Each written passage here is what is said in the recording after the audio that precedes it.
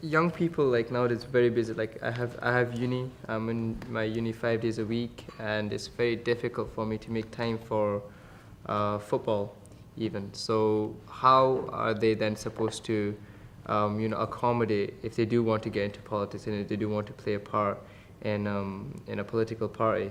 How are they then supposed to like sign up and accommodate something like that in their life if they're interested in it? And what are the support mechanisms within this party? this party. Well, I think first of all your priorities are right. Actually, I think from a purely personal point of view, it's more important that you do well and get a good degree, because then that affects your life opportunities.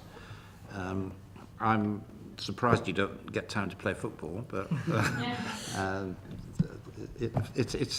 you don't need to spend a lot of time if you want to equate yourself with the way the political system works. I mean, you can do it at several levels. When I was at university, I was active in the debating society, and you got used to the confidence of being able to stand on your feet and debate with people. And I also did, as it happens, get involved in the political society and became the president of the Liberals at university at that time. It isn't necessary. I mean, all the leading lights in the British politics at the moment, Cameron, Clegg, Miliband, I don't think they were massively involved in student politics.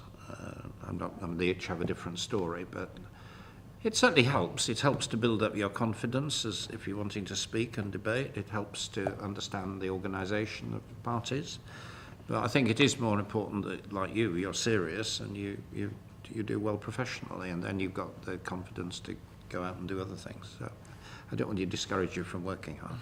I think being a Scottish student, obviously, our first degree is paid for, and I've got many friends in England, and I think there's such a dramatic difference just speaking to them that they're having to pay $9,000 a year. Particularly BME students come from often impoverished backgrounds or backgrounds where they're not going to get that kind of financial support. And then if you compare the two between like Scottish students and English students, I mean, there should be a sense of responsibility for education from the government that when we're imposing such a burden on students, like a 9,000 tuition fee and a big debt at the end of it, don't we have a responsibility to ensuring that we produce a large population of students that are educated and can go into successful careers, rather than providing such big obstacles for them to achieving that? Yeah, there is a sort of massive misunderstanding about the way the system works in England. It's got absolutely nothing to do with people coming from poor backgrounds, because nobody pays any fees in England. They go to university, nobody pays anything. When you leave, you pay effectively a form of income tax, which is 9p in the pound if your income is over 21,000. And you pay, as with income tax, the higher your income, in other words, the more benefit you've got from university, the more you pay. So although it's called fee loans, it is in fact a form of graduate tax. The question arises as to why go back a step. I mean, it had been introduced by the Labour government. They promised not to introduce that system in England, but they did when they got into government. They promised not to increase it, but then they increased it. My party, foolishly, said we're not going to increase it any further. And then when we got into office, we realised we had no choice, because the budget was in a terrible mess.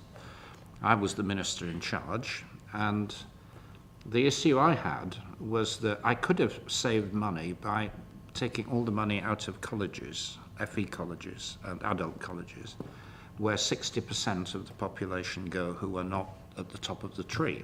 And what's happened in Scotland, I think, is quite appalling.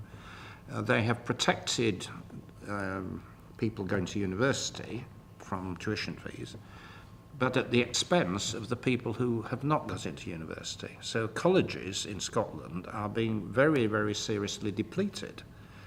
There's a large number of closures, and lots of people who used to go to college, they weren't able to get into university, they may not have done well at Highers, but they went to college to do some vocational degree or an apprenticeship. Those are now being closed all over Scotland because that's the priority they've given. And I and my colleagues took the opposite view.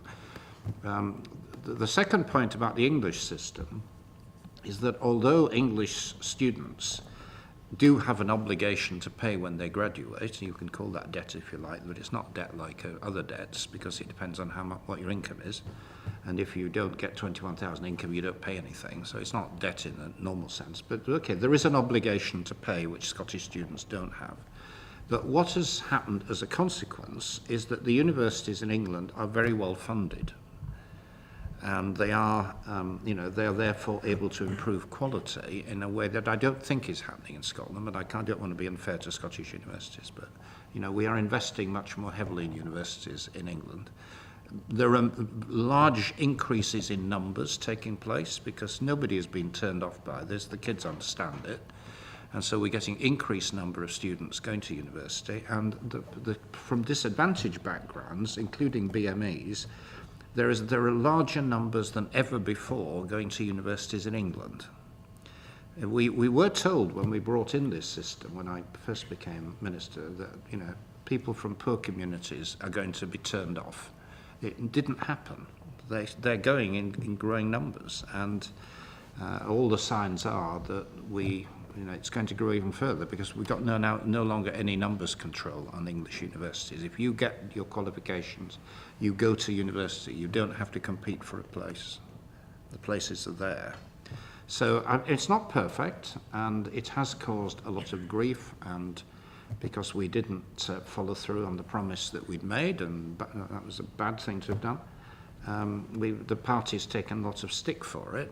But actually, the system we've created or changed, I think, is significantly better.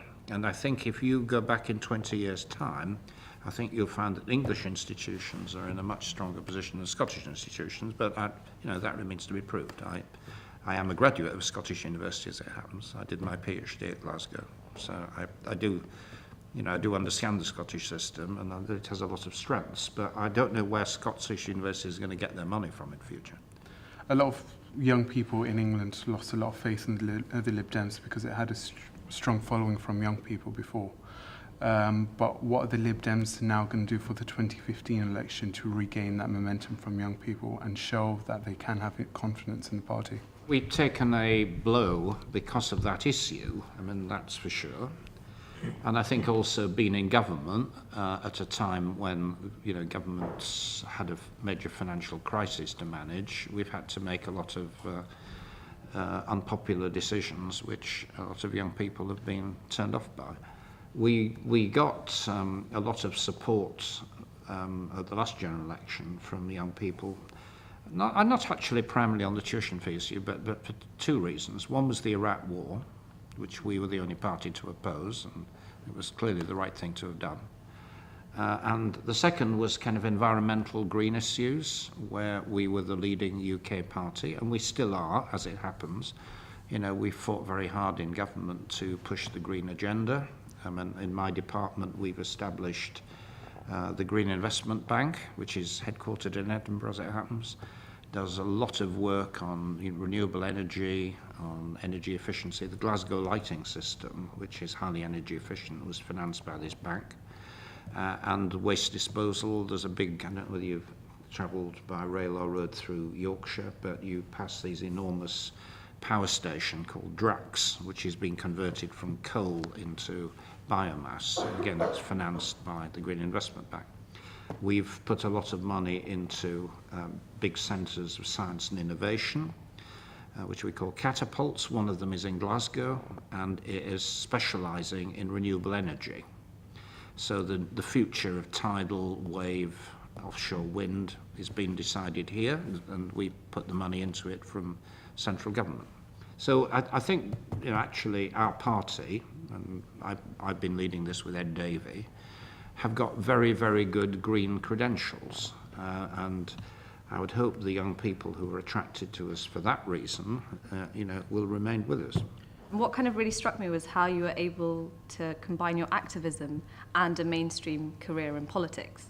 I think nowadays for a lot of young people who do feel very passionately about whatever topic it might be, there's a real cynicism about career politician. Like if you join a party at a young age, you'll be moulded and might not necessarily be able to retain your own activism. Do you think that's fair?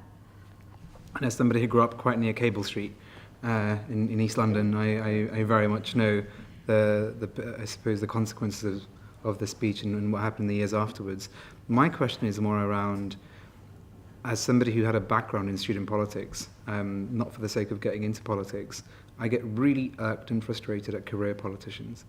And what I really respect about yourself is the fact, and what I didn't know was how far back your political career went actually, is the fact that you carved out such a successful corporate career. And I think in terms of advice to people that we work with, tangible advice, I think things are changing. I think it's not necessarily what you know, it's who you know also in politics. What would you recommend in terms of a career trajectory? Should someone get involved with the party membership in the base early on? Should they go for a successful career, bring something back into politics? There is no magic formula, I know, but I think it would be wonderful to hear from your own perspective what you would suggest to young, budding individuals who want to get more involved. I'm not the best person to defend career to politics because I have a totally different trajectory from almost all my colleagues in government. I didn't become an MP till I was 55, and I got into the cabinet when I was almost 70. So I'm a bit past that now. So it's I mean a totally different space from all the others. But Miliband, Balls, Nick Clegg. Nick Clegg actually had more of a career than most of the others, as it happens. Cameron, Osborne are people who, did their university degrees, looked for seats in Parliament, got in, early 30s, late 20s, early 30s, fast track to, top jobs in politics. So they're career politicians, and you'll have to ask them whether they feel better or worse for it. But the advantage of that route is that they are totally professional. They understand this. They understand how politics works, and they're also ambitious, young, energetic, all of them. And that is one model. There are a few, and I'm very exceptional, who did a totally different life. And I could easily have become a career politician, because I was one of the leading lights in Glasgow, early 70s. I was probably one of the 2 or 3 leading Labour people here in my late 20s.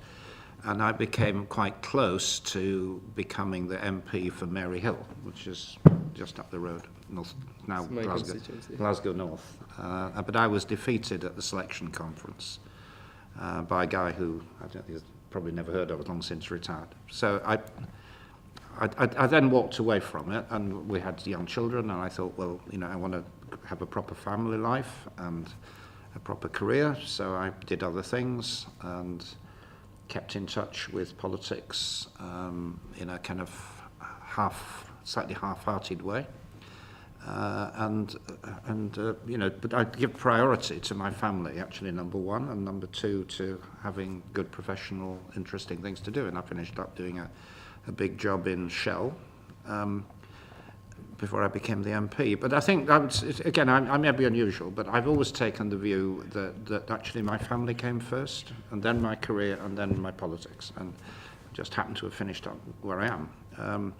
But when I first get into Parliament, and I say I was late 50s, my wife was quite well advanced with cancer. So my first 4 years in Parliament, I was trying to be an MP and trying to be a carer, and which was quite challenging, but it helped to ground me in reality, when you're dealing with, and she died actually after 4 years.